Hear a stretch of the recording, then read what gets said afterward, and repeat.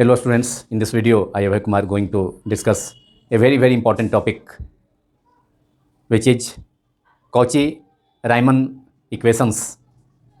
and along with analytic function in mathematical physics for BSc Part 3 Physics Honors courses। इस video में हम लोग class BSc Part 3 Physics Honors के लिए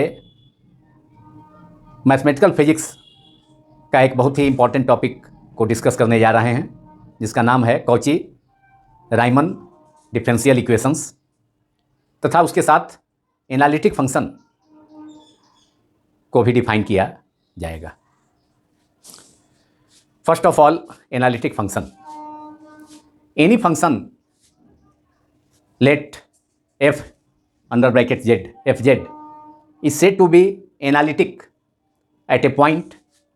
a particular point, say z is equal to z0, if it is single valued and has a derivative at every point of the domain। कोई function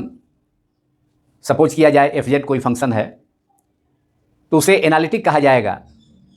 किसी point z is equal to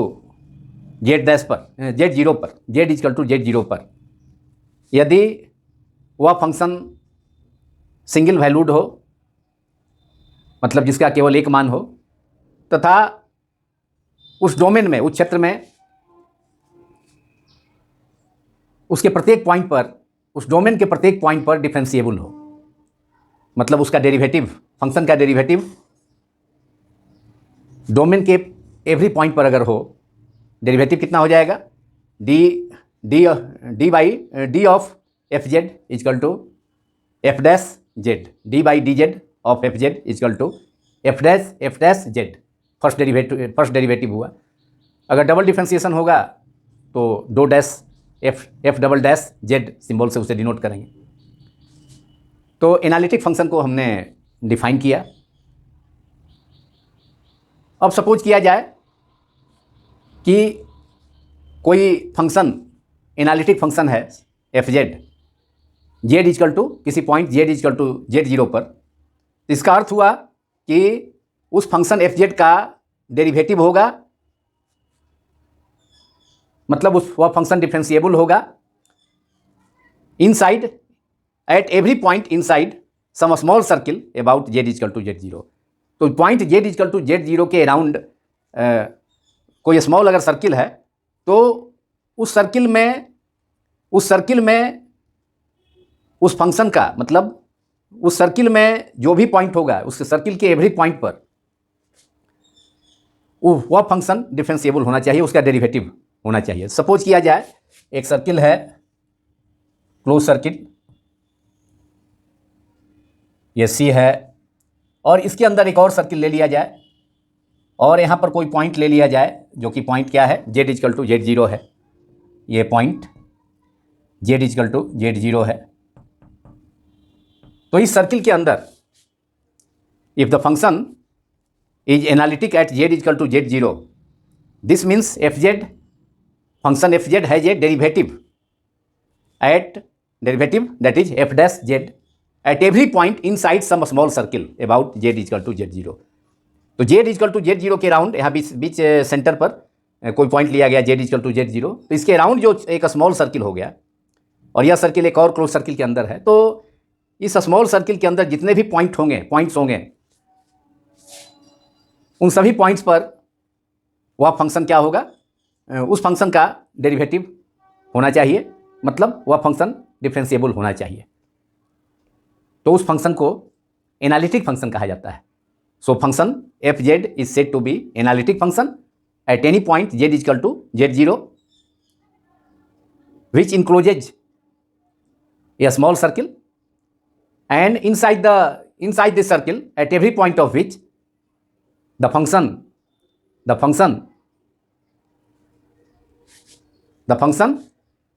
is differentiable, that is the function has a derivative at every point in the circle, then that function, and also single valued, also that function should be single valued, then that function is said to be analytic function. Now we have to discuss Cauchy-Riemann equations, very important differential equations in complex variable. Complex variables में बहुत ही एक important differential equations है Cauchy-Riemann equations, जिसे BSc part 3 examinations physics honours के different universities के papers में usually पूछा जाता है, हमेशा पूछा जाता है. Now in Cauchy-Riemann equations there are two conditions. First condition is called necessary conditions and second conditions are called sufficient conditions. First of all, necessary conditions for any function fz to be analytic. Suppose a function fz which is represented by w is equal to fz equals to u is the function of two variables x and y which are real variables plus I, a small I, the value of a small I is root under -1 v xy. So any function fz is represented by w is equal to function of z equals to u xy plus I v xy, where u and v are two real functions of the variables x and y. u and v दो real functions हैं जो depend करता है, जिनके variable कौन से हैं, x and y.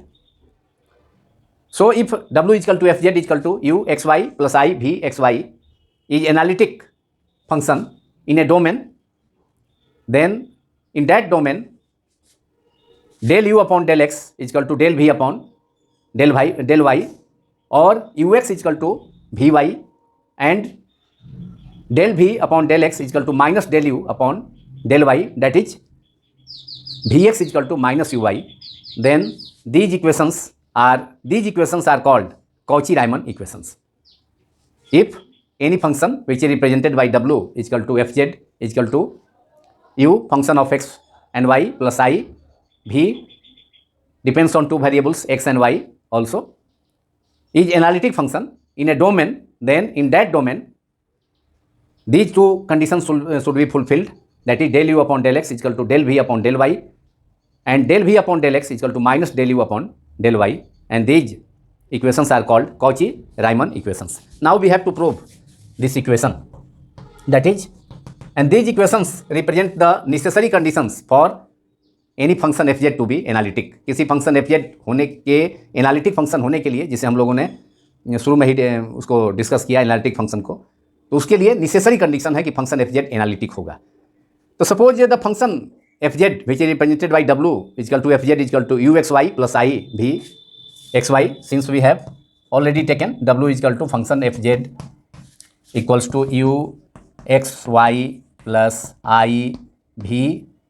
X y, where u and v are two real functions of two variables x and y, where this is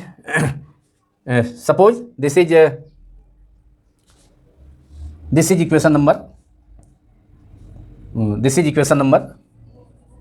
1 we have already taken to represent necessary conditions for function fz to be analytic in Cauchy-Riemann equations, where z is represented by x plus iy. We know very well any complex function z is represented by x plus iy. Now we have to find derivative f dash z. So we have delta w, taking delta in both sides. So delta w is equal to delta fz equals to delta u variable xy plus I delta v xy under bracket. Delta is change, a small change. If delta x and delta y if delta x and delta y are a small increments in two variables x and y respectively, then we can write delta z is equal to delta x plus I delta y. We can write delta z is equal to, since z is equal to x plus I y एक complex function है, तो delta z is equal to क्या हो जाएगा, delta x plus delta y. Delta z is equal to delta x plus delta y, that is i delta y. x plus i y है, तो delta z is equal to delta x plus I delta y. So now write down delta z equals to, जब x के value में, variable x के value में small increment होता है delta x, तो y के वैल्यू में भी स्मॉल इंक्रीमेंट डेल्टा y है. तो change in z, function z, complex function z can be written as, since z equal to x plus delta i y, so delta z equals to delta x plus I delta y. Now we have to find derivative, that is delta f z upon delta z or delta w upon delta z. So we can write dividing both sides by dividing. This is equation number 2. Delta w is equal to delta u xy plus I delta v xy. It is equation number 2. Now dividing both sides of equation 2 by delta z. So dividing and taking limit delta z tends to 0. Dividing both sides of equation 2 by delta z and taking delta z tends to 0, taking limit delta z tends to 0, limit delta z tends to 0,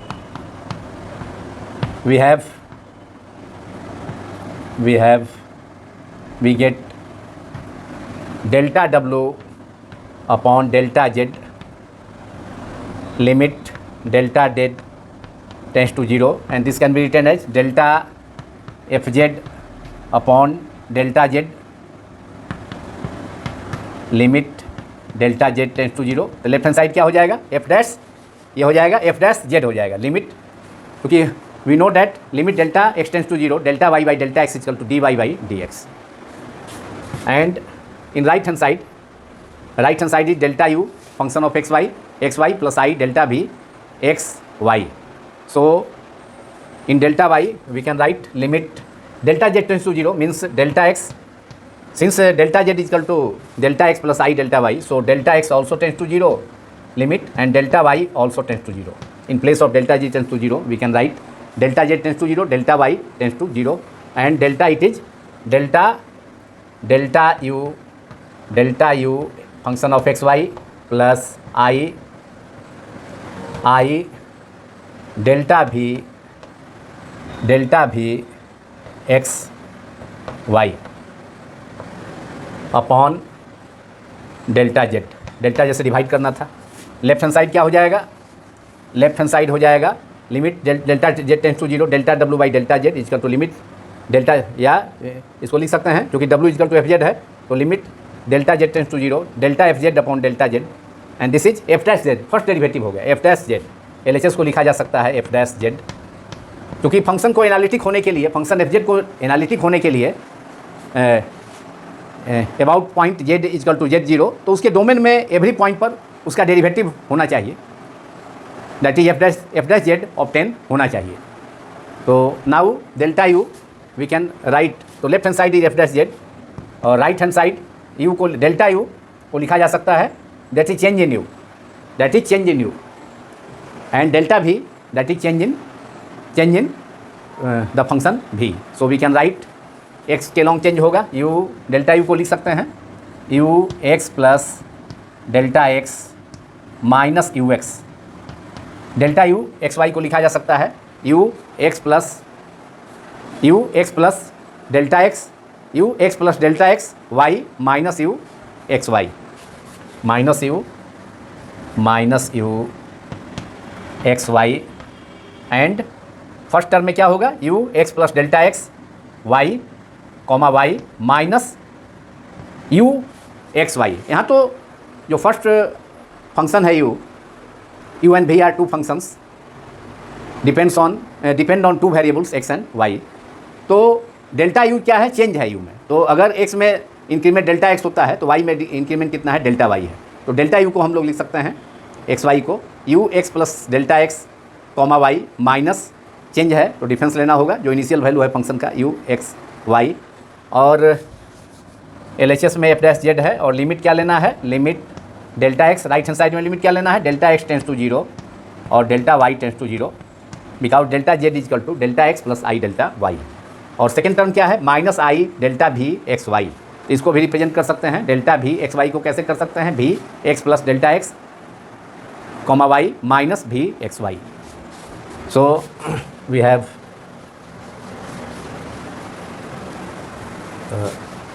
plus second term में अब delta V का value रख सकते हैं plus I delta V that is change in second function V. तो delta भी को क्या लिखा जा सकता है, i under bracket v x plus delta x Y minus भी एक्स वाई। तो ये दोनों टर्म हो गया और अपॉन क्या है नीचे में डेल्टा जेड। डेल्टा जेड क्या है, डेल्टा जेड को लिखा जा सकता है since z is equal to x plus i y, so delta Z is equal to delta x plus I delta y. Delta upon हो जाएगा डेल्टा जेड की जगह क्या लिखा जा सकता है, डेल्टा जेड की जगह डेल्टा एक्स प्लस आई डेल्टा वाई।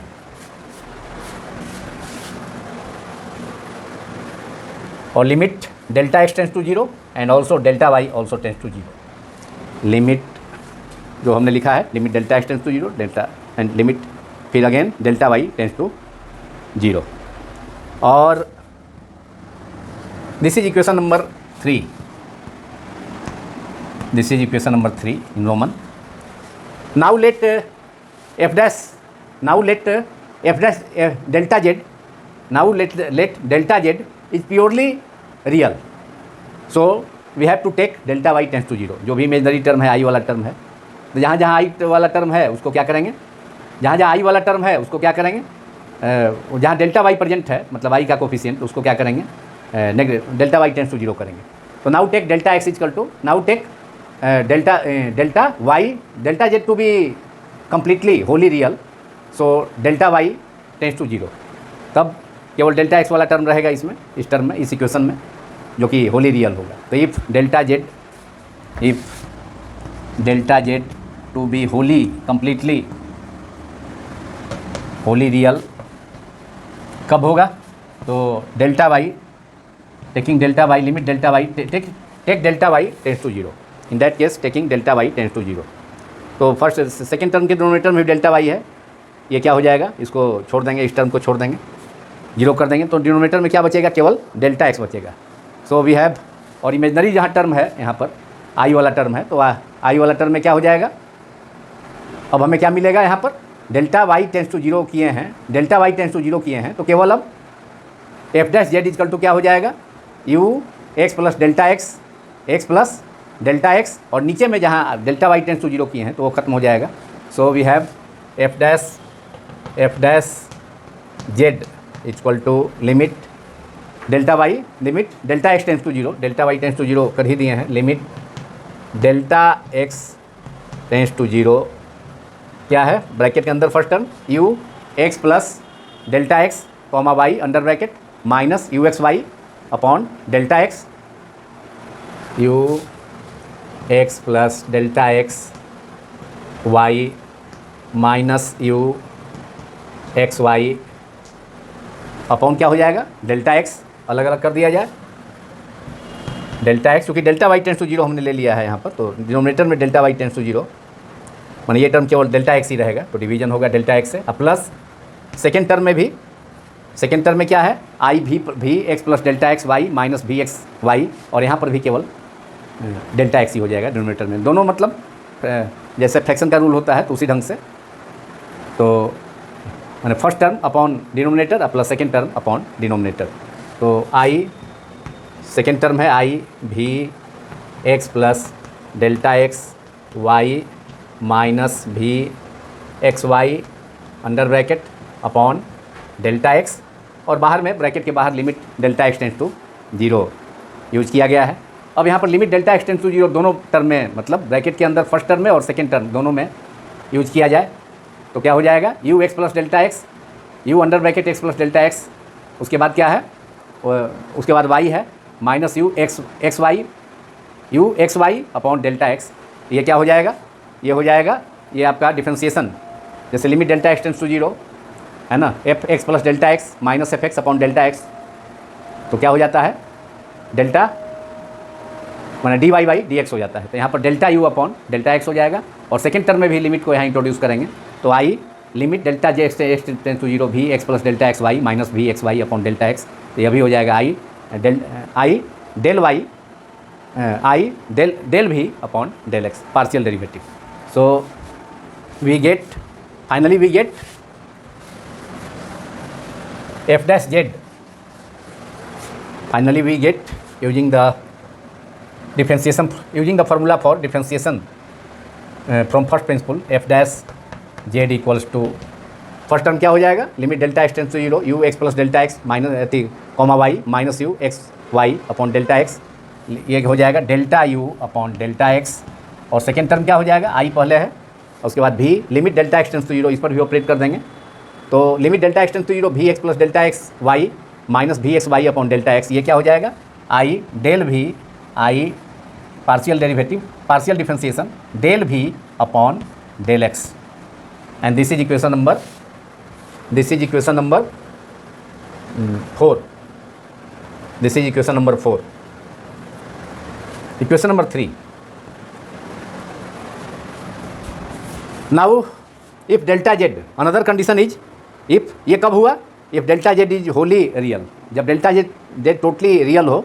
तो इमेजनरी टर्म था, मतलब कोफिशिएंट आई का कोफिशिएंट डेल्टा वाई था तो डेल्टा वाई टेंस टू 0 किए थे। अब सेकेंड कंडीशन में if delta Z is wholly imaginary, so अब इमेजनरी होगा तो क्या होगा, डेल्टा एक्स जो रियल टर्म है उसको 0 करना पड़ेगा, इसलिए delta Z is equal to delta x plus I delta y, तो let delta z also tends to 0, so delta x tends to equal to 0, so delta Z is equal to i delta Y tends to 0, that is delta x is purely imaginary. Now take delta z to be wholly imaginary, delta z to be purely imaginary,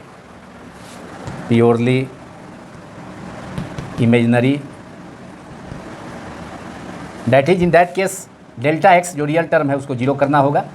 and therefore let delta z is equal to delta x plus I delta y, तो delta x 0 हो गया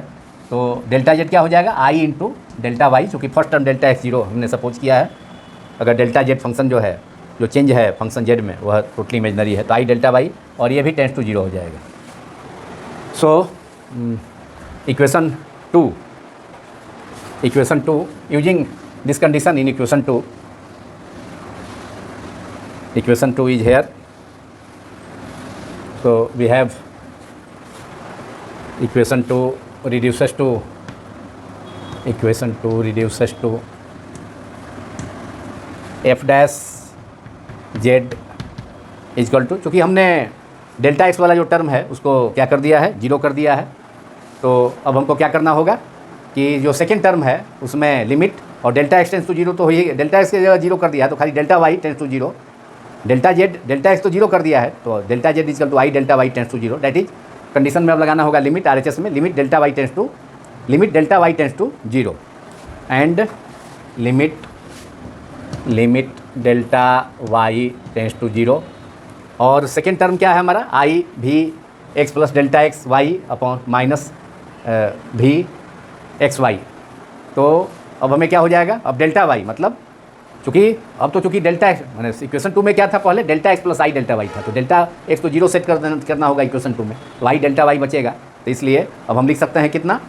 जो आई वाला term है imaginary वाला आई, second term है आई भी x plus delta x Y minus भी एक्स वाई, और डेल्टा एक्स 0 हो गया है इसमें तो रियल लिए थे वो केस था, अब इमेजनरी इक्वेशन 2 में आई डेल्टा वाई है यहाँ पर, तो ये delta I delta why he करना होगा, मतलब ये डेल्टा एक्स को 0 सेट करते हुए, तो क्या हो जाएगा, लेफ्ट हैंड साइड में limit delta Y tends to 0 और delta Y tends to 0 minus, अब यहाँ कर देंगे डेल्टा, ये क्या हो गया सेकेंड टर्म में v x plus delta x minus y minus v x y, तो उसे क्या लिखा जा सकता है, माइनस सेकेंड टर्म को, मतलब अब फर्स्ट टर्म को क्या लिखा जाए, सेकेंड टर्म में हो जाएगा ये, इसको लिखा जा सकता है delta v upon delta x, delta v upon sorry delta x zero है, delta v upon delta y, ये वाला जो टर्म हो गया delta v upon delta y plus first term में क्या हो जाएगा, फर्स्ट टर्म में तो यू वाला टर्म है, मैंने फर्स्ट टर्म में तो यू वाला टर्म है, तो यू तो क्या हो जाएगा delta u by delta Y, और नीचे में क्या कौन सा टर्म है, नीचे में आई डेल्टा वाई है, तो फर्स्ट टर्म हो जाएगा delta u upon delta y and plus delta v upon delta y, चूँकि डेल्टा एक्स का वैल्यू तो जीरो है, ये टर्म है आपका i delta v by delta Y, और नीचे में भी टर्म क्या है, आई डेल्टा वी, नीचे में भी आई डेल्टा वाई है, आई डेल्टा वाई, यहाँ आई डेल्टा वाई लगेंगे, और यहाँ पर भी आई डेल्टा वाई, यहाँ आई डेल्टा वाई डिनोमिनेटर में बचा है, और न्यूमरेटर में भी आई है, तो यहाँ पर आई डेल्टा वाई, आई से आई कैंसिल हो गया। अब इसको आई से अगर ऊपर में मल्टीप्लाई कर दिया जाए न्यूमरेटर डिनोमिनेटर में, तो आई स्क्वायर माइनस वन, आई स्क्वायर आई से मल्टीप्लाई कर दिया जाए तो क्या हो जाएगा, आई स्क्वायर, नीचे में आई स्क्वायर हो जाएगा माइनस वन, तो ऊपर में क्या बचेगा, minus i delta u by delta y, that is equal to limit delta Y tends to zero minus i square minus one हो गया, जब फर्स्ट टर्म में numerator multiplying numerator and denominator by i in the first term in this equation, तो so minus i square minus one, और i से multiply हो जाएगा न्यूमरेटर में अब u upon minus i delta u by delta y plus delta v upon delta y, and LHS is f dash z, that is first derivative of function fz, that is the function fz is differentiable. Now we have, अब equation 4 obtain करेंगे और दोनों के real और imaginary term को हम equate कर लेंगे, तो हमारा फर्स्ट कंडीशन मतलब कॉची रायमीन इक्वेशंस ऑब्टेन हम कर लेंगे, जो कि necessary condition for function fz to be analytic है। Now f dash therefore f dash z equals to, अब लिमिट दोनों पर अप्लाई करेंगे, दोनों टर्म में limit y tends to zero delta u by delta y equal to क्या हो जाएगा, del u by del y, और ux उसको ui लिखा जा सकता है, और सेकंड टर्म में delta y tends to zero delta v by delta y equal to क्या हो जाएगा, del v upon del y, तो फर्स्ट टर्म हो जाएगा minus i del u upon del y, and second term हो जाएगा फिर limit delta Y tends to zero delta v by delta y, जो d y by d x का जो first principle से डिफ्रेंसिएशन होता है, तो उस रूल का यूज करेंगे हम, तो लिमिट जैसे limit delta x tends to zero delta y by delta x equal to d y by d x, और यहाँ पार्शियली इसको दोनों वेरिएबल एक्स वाई है तो पार्शियल डिफ्रेंसिएशन का यूज किया जा रहा है, और फर्स्ट इसमें क्या हो गया, सेकेंड टर्म में limit delta Y tends to zero delta v by delta y equal to delta v del v sorry partial derivative differentiation del भी upon del y, and this is equation number 4,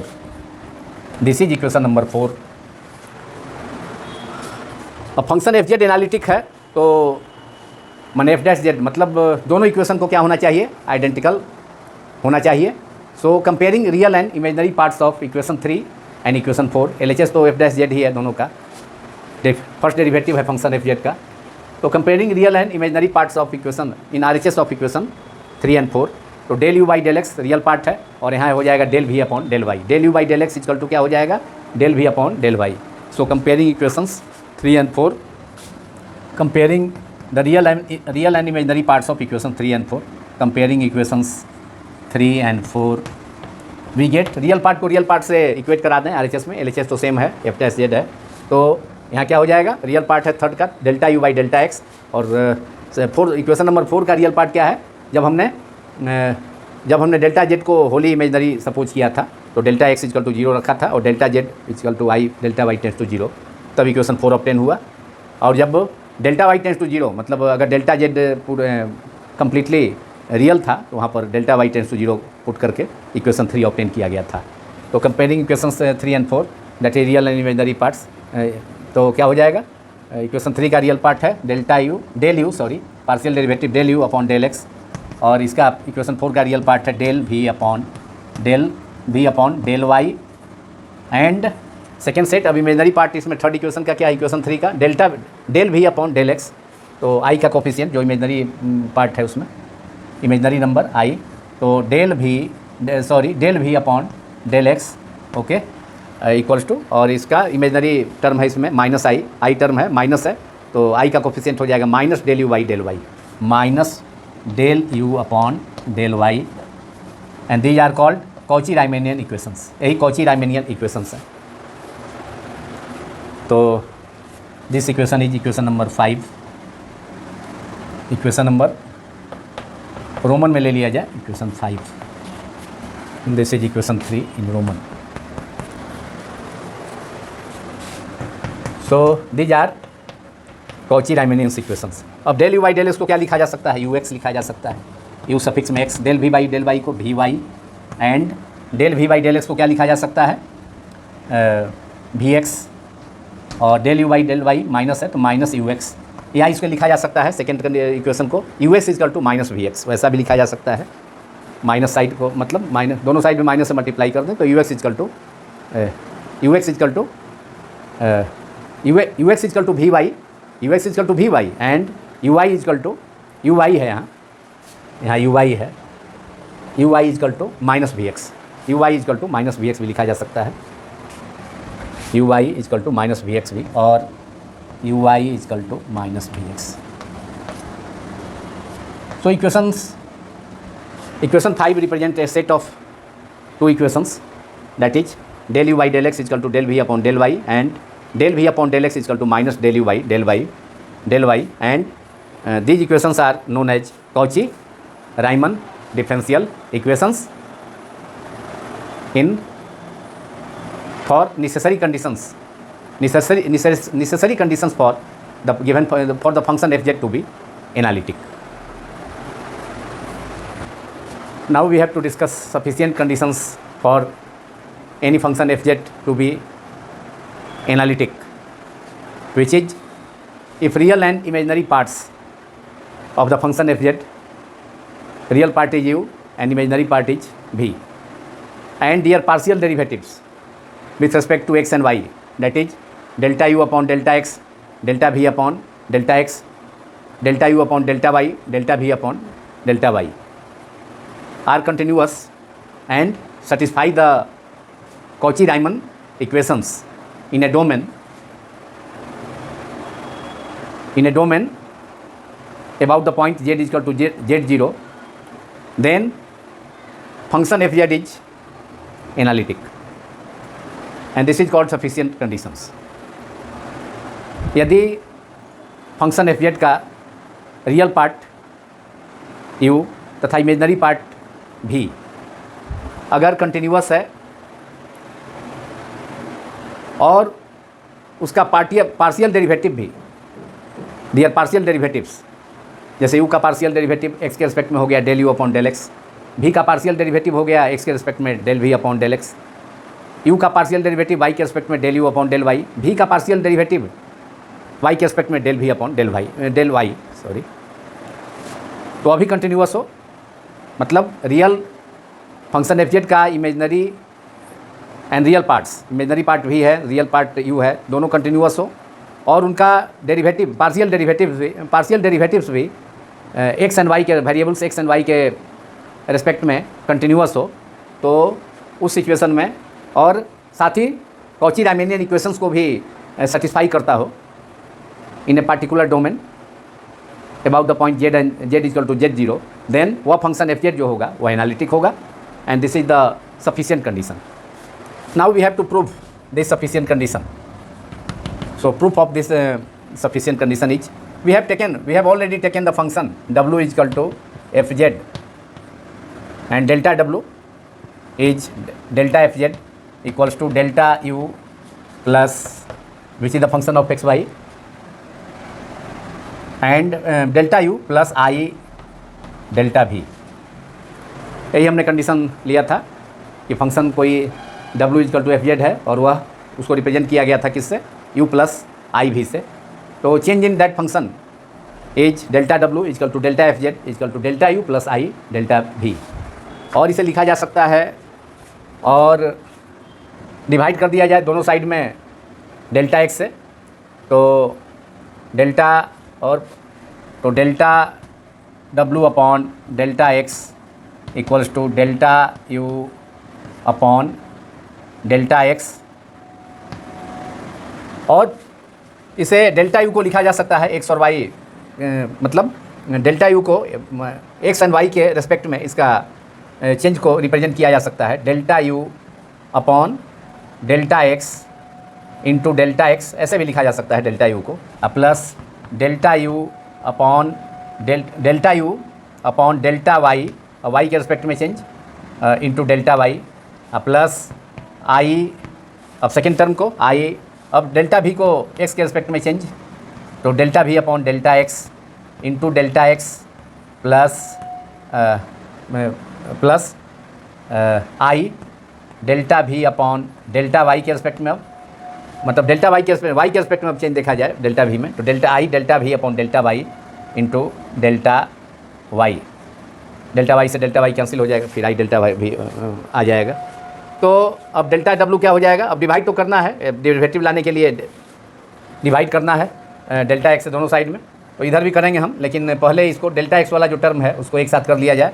तो इसे करेंगे हम, और limit ले लेना होगा, limit कितना, delta x tends to zero, delta Y tends to zero, because z is equal to x plus i y, so delta Z is equal to delta x plus I delta y. तो delta z tends to zero का मतलब है कि उसका real part भी zero को tends करेगा, delta x tends to zero, और इमेजनरी पार्ट भी जो डेल्टा भी है वह भी जीरो को वो भी टेंड करेगा। तो अब ये हो गया कितना, delta u by delta x, और लिमिट ले लिया जाए, limit delta x tends to zero, मतलब ये हो जाएगा डेल्टा डब्लू बाई डेल्टा एक्स का मतलब हो गया लिमिट डेल्टा जेड, जेड के रेस्पेक्ट में डिफरेंशिएशन करना है, जेड के रेस्पेक्ट में चेंज देखना है, तो delta z tends to zero, limit delta y by delta z tends to zero, और इसको लिखा जा सकता है delta f z upon delta z, और limit delta z tends to zero, और उसी ढंग से इस टर्म को भी, अब इसको हमने डेल्टा यू प्लस आई डेल्टा वी को और एक्सपेंड किया, delta u by delta x into delta x plus delta u by delta y into delta y plus I delta v into upon delta x into delta x plus I delta v, अब y के respect में delta y into delta y. तो अब यहाँ पर हम लिखेंगे क्या, RHS में लिमिट, अब डेल्टा इसमें डेल्टा एक्स और डेल्टा वाई के टर्म है, तो limit delta x tends to zero, limit delta Y tends to zero, दोनों कंडीशन लगाएंगे, और डेल्टा जेड से भाग देना है, डिवाइड करना है, तो डेल्टा जेड इक्वल टू क्या होता है, डेल्टा जेड क्या है, डेल्टा जेड क्या है, डेल्टा एक्स प्लस आई डेल्टा वाई है, तो उससे डिवाइड करेंगे। लेकिन अब यहाँ पर हम एक्स वाले टर्म को एक साथ कर लें, तो delta u upon delta x plus, अब एक्स वाला टर्म एक इमेजनरी टर्म है, आई delta v upon delta x, और ब्रैकेट के बाहर डेल्टा एक्स कॉमन हो गया दोनों में, अब प्लस, अब सेकेंड टर्म में रियल टर्म है delta u by delta y, delta u का वाई के रेस्पेक्ट में चेंज देखा गया है, तो delta u by delta y into delta y, या प्लस आई डेल्टा भी अपॉन, अब भी का वाई के रेस्पेक्ट में, तो delta v upon delta y, i delta v upon delta y into delta y, तो डेल्टा वाई से डेल्टा वाई कैंसिल हो जाएगा रफली, तो ये बचेगा सेकेंड टर्म आई डेल्टा भी, और फर्स्ट टर्म में डेल्टा वाई से डेल्टा वाई कैंसिल हो जाएगा, तो डेल्टा यू, तो plus i plus delta u upon delta y plus I delta v upon delta Y, और यहाँ डेल्टा वाई फिर ब्रैकेट के बाहर कॉमन हो जाएगा, दोनों टर्म में है, डेल्टा वाई ब्रैकेट के बाहर हो जाएगा, और डिवाइडेड बाई डेल्टा जेड से डिवाइड करना है दोनों साइड में, LHS में तो कर दिया गया, डेल्टा एक्स कितना हो गया, डेल्टा जेड कितना हो गया, डेल्टा एक्स प्लस आई डेल्टा वाई। अब लेफ्ट हैंड साइड क्या हो जाएगा, limit delta z to zero delta डब्लू बाई डेल्टा जेड, या डेल्टा डब्लू की जगह डेल्टा एफ जेड लिखा जा सकता है upon delta z, limit delta z tends to zero, ये क्या हो गया, limit delta x tends to zero, limit delta x tends to zero delta y by delta x क्या होता है, d y by d x, तो ये भी हो गया, फर्स्ट डेरिवेटिव हो गया, एफ डैश जेड भी लिखा जा सकता है, और ये हो गया LHS हो गया, और एफ डैश जेड जो कि फंक्शन एफ जेड का फर्स्ट डेरिवेटिव है, फर्स्ट बार डिफ्रेंसिएशन जो हुआ, और RHS में क्या हो जाएगा, limit delta x tends to zero delta Y tends to zero, अब यहाँ पर LHS में यहाँ डेल्टा एक्स कॉमन कर दिया जाए, तो 1 plus I delta y by delta x हो जाएगा, तो लिमिट ये हो जाएगा first term delta u upon delta x plus आई delta v upon delta x, और ये हो गया delta x upon plus second term delta u upon delta y plus I delta v upon delta y into delta y upon divided by total, मैंने दोनों term के division में होगा, total denominator में है। डेल्टा एक्स को common कर लें, डेल्टा एक्स को कॉमन कर लें तो कॉमन हो गया, फर्स्ट टर्म में 1 होगा, अब प्लस सेकंड टर्म में डेल्टा एक्स नहीं है तो डेल्टा एक्स से डिवाइड हो जाएगा। तो ये हो गया क्या, डेल्टा एक्स कॉमन करने पर डिनोमिनेटर में फर्स्ट टर्म 1 हो जाएगा क्योंकि डेल्टा एक्स कम्प्लीटली बाहर आ गया ब्रैकेट के, तो 1 प्लस आई डेल्टा वाई, और सेकंड टर्म में चूँकि डेल्टा एक्स नहीं है तो उसमें डिवाइड करना पड़ा डेल्टा एक्स से, तो ये हो गया ना। फर्स्ट टर्म में से डिवीजन कर देंगे तो डेल्टा एक्स कैंसिल हो जाएगा, मैंने खत्म हो गया, तो ये फर्स्ट टर्म हो जाएगा आई इतना, और सेकंड टर्म में भी delta u by delta y plus I delta v by delta y, delta y है तो delta y by delta x उसमें भी होगा, सेकंड टर्म में होगा। तो अब हम क्या करते हैं कि दोनों टर्म में मतलब कॉमन कर लेते हैं इस टर्म को, delta u by delta x RHS में plus I delta v by delta x upon 1 plus I delta y upon delta x को कॉमन कर लिया जाता है दोनों टर्म के लिए। तो फर्स्ट टर्म में तो ऊपर न्यूमरेटर में 1 हो जाएगा, और नीचे में फर्स्ट टर्म में क्या बचेगा अंदर ब्रैकेट में delta x by delta x तो 1 हो जाएगा, और सेकंड टर्म में क्या बचेगा delta y by delta x, delta y by delta x, यहाँ डेल्टा वाई है और यहाँ डेल्टा एक्स सेकंड टर्म में भी डिवाइड होगा तो रहेगा, और delta y u by delta y plus I delta v by delta y upon, अब यहाँ से डिवीजन हो जाएगा। इतना टर्म तो है, मतलब कहने का मतलब ये टर्म तो दोनों में कॉमन था तो बाहर हो गया है, तो इसे कॉमन लिया जाए अब। तो कितना कॉमन लेना होगा दोनों टर्म में, delta u by delta x plus I delta v by delta x upon i plus 1 plus I delta y by delta x. तो फर्स्ट टर्म में बचेगा कितना, delta x by delta x तो 1 हो जाएगा, और सेकेंड टर्म में भी बचेगा उसको हम, और तब कॉची रायमीन इक्वेशन को हम यूज करेंगे। हमारा सेकेंड कंडीशन भी कॉची रायमीन इक्वेशन में फंक्शन एफ जेड के एनालिटिक होने के लिए सफिशिएंट कंडीशन मालूम हो जाएगा। तो अब कॉमन करना है सेकेंड टर्म में RHS में, और फर्स्ट टर्म तो आ गया है फंक्शन एफ जेड का derivative f dash z equals to, अब limit delta x tends to 0 delta Y tends to 0, क्यों, क्योंकि डेल्टा जेड टेंस टू 0 है, और delta z equal to delta x plus I delta y. So delta z, if delta z tends to 0 then delta x भी tends to 0 होगा, और delta y भी also tends to 0। If delta z tends to 0 then delta x tends to 0 and delta Y also tends to 0। अब यहाँ पूरा term यहाँ लिया जाए, मतलब न्यूमरेटर में delta u by delta x, कितना कॉमन लेना है दोनों टर्म में, delta u upon delta x plus I delta v upon delta x upon i, delta x common लिया गया है डिनोमिनेटर में, तो 1 प्लस आई delta y upon delta x, इतना कॉमन ले लिया गया दोनों टर्म के लिए। फर्स्ट टर्म में क्या बचा, डेल्टा एक्स, यहाँ भी डेल्टा एक्स है, और सेकंड टर्म में भी delta y by delta x होगा, तो डेल्टा एक्स से डेल्टा एक्स कैंसिल हो गया, तो फर्स्ट टर्म में तो 1 बचा, और सेकंड टर्म में डेल्टा वाई अपॉन मैंने सेकंड टर्म से भी डिनोमिनेटर में डिवाइड करना होगा, तो डेल्टा, चूँकि डिनोमिनेटर का तो 1 plus I delta y by delta x common हो गया, तो बची है delta x 1 plus delta y upon delta x delta v upon delta Y, और यहाँ माइनस करना होगा, सेकेंड टर्म में इमेजनरी टर्म रखना होगा, माइनस माइनस तब प्लस होगा, minus I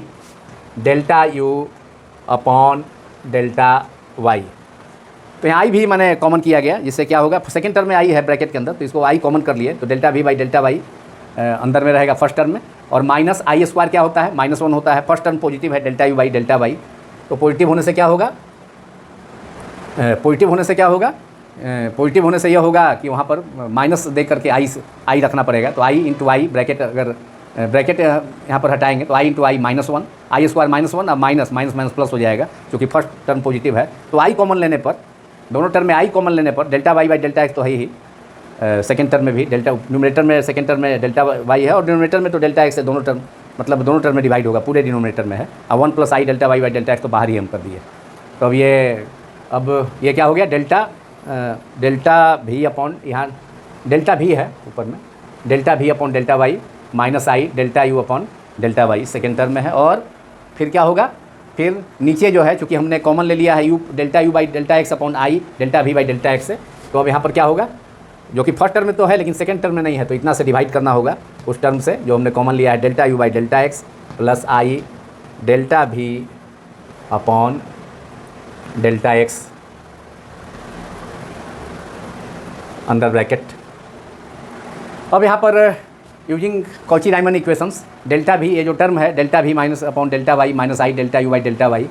upon delta u by delta x plus I delta v by delta x, क्योंकि हमने कॉमन किया है यहाँ, सेकेंड टर्म में ये टर्म मौजूद नहीं है, प्रेजेंट नहीं है, delta u by delta x plus I delta v by delta x, इसलिए हमने कॉमन किया है तो सेकेंड टर्म में के डिनोमिनेटर में उसे डिवाइड करना पड़ेगा। तो यूजिंग द कॉची-रायमानियन इक्वेशन जो हमने यूज किया, delta u by delta x equal to delta v by delta Y, और यहाँ पर limit delta x tends to zero और delta Y tends to zero है, तो इसको अंदर वाला जो ब्रैकेट टर्म है इसको पार्शियल डेरिवेटिव के रूप में लिखा जा सकता है। तो और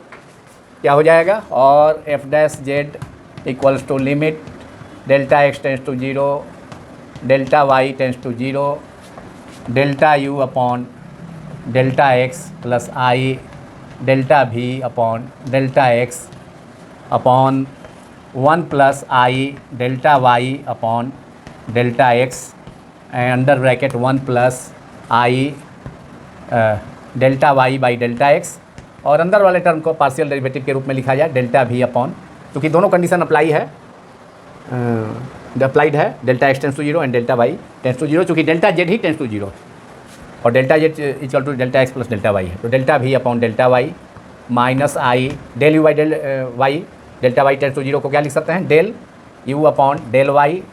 पार्शियल डेरिवेटिव के रूप में, डेरिवेटिव्स के रूप में, और डिनोमिनेटर में del u by del x limit delta x tends to zero को लिखा जा सकता है del u upon del x plus i limit delta x tends to zero del v upon del x को क्या लिखा जा सकता है, del v upon del x. और यूजिंग कॉची-रायमानियन इक्वेशन इसका जो वैल्यू होगा सेकेंड टर्म में del v by del y minus i del u by del y upon del u by del x plus i del v by del x, तो चूँकि Cauchy Riemann differential equations है, del u by del x equal to del v by del y and del v upon del x equal to minus del u by del y, तो condition apply करेंगे तो इन दोनों का जो ratio है वह कितना हो जाएगा, 1 हो जाएगा। तो ये 1 हो गया, ये रेशियो कितना हो गया, ये 1 हो गया, तो 1 होने से क्या हो गया, 1 प्लस ब्रैकेट के अंदर क्या होगा, 1 plus I delta y by delta x, denominator में भी 1 plus I delta y by delta x है, दोनों क्या हो जाएगा, कैंसिल हो जाएगा, तो हमारा कंडीशन अब आ जाएगा, फुलफिल हो जाएगा सेकेंड कंडीशन, जिसमें कि real part and imaginary parts भी कॉम्प्लेक्स फंक्शन का जो फंक्शन एफ जेड है कंटिन्यूअस है, और उसका फर्स्ट डेरिवेटिव भी एस के रिस्पेक्ट में कंटिन्यूअस यहाँ पर हो जाएगा। तो therefore f dash z equals to limit delta x tends to zero delta Y tends to zero del u upon del x plus i del v upon del x upon 1 plus i del y upon del x multiplied by under bracket 1 plus I delta y upon delta x, और ये जो term है delta v मतलब del v upon del y minus i del u by del y upon del u upon del x plus i del v by del x, इसका value कितना हो जाएगा, 1 हो जाएगा using Cauchy Riemann equations. Numerator denominator दोनों equal हो जाएगा तो 1, तो केवल यही बचा, इंटू 1 हो जाएगा, तो delta y by i delta y by delta x ही रहेगा, और ये न्यूमरेटर डिनोमिनेटर में कैंसिल हो गया, इसलिए there hence f dash z equal to we get कितना हो गया, del x tends to zero and del y tends to zero apply करते हैं तो ये हो जाएगा f dash zero limit delta x tends to zero delta u by delta x equal to del u upon del x and फिर again limit delta x tends to zero i delta v by delta x equal to i delta v upon delta x, and this is the final result. So it is clear that real and imaginary part of the function we have taken f is equal to fz is equal to w is equal to fz is equal to u plus iv. So real and imaginary parts are also continuous and their first derivative with respect to x del u by del x and del v by del x are also continuous, then their derivative will be present, f dash z will exist and possesses a finite unique value, that is function is necessarily analytic. This is the result, that is proved, that is the sufficient conditions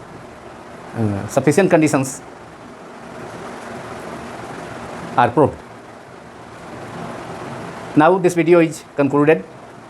यदि यह video आप सभी को पसंद आया हो तो इस वीडियो को अधिक से अधिक लाइक करें तथा मेरे YouTube channel face quantum classes को अधिक से अधिक नंबर में सब्सक्राइब करना भी न भूलें, क्योंकि यह चैनल फिजिक्स क्वांटम क्लासेस आप सभी के लिए कंप्लीट प्रिपरेशन कराता है, क्लास 10 से लेकर 11, 12 BSc part 1, part 2, part 3 physics का। इसके अलावा solutions to concepts of physics by S C Verma, और 11, 12 में एनसीईआरटी टेक्स्ट बुक का सॉल्यूशंस को भी अलग से, उसके भी अलग से वीडियोज बनाए गए हैं। Thank you very much.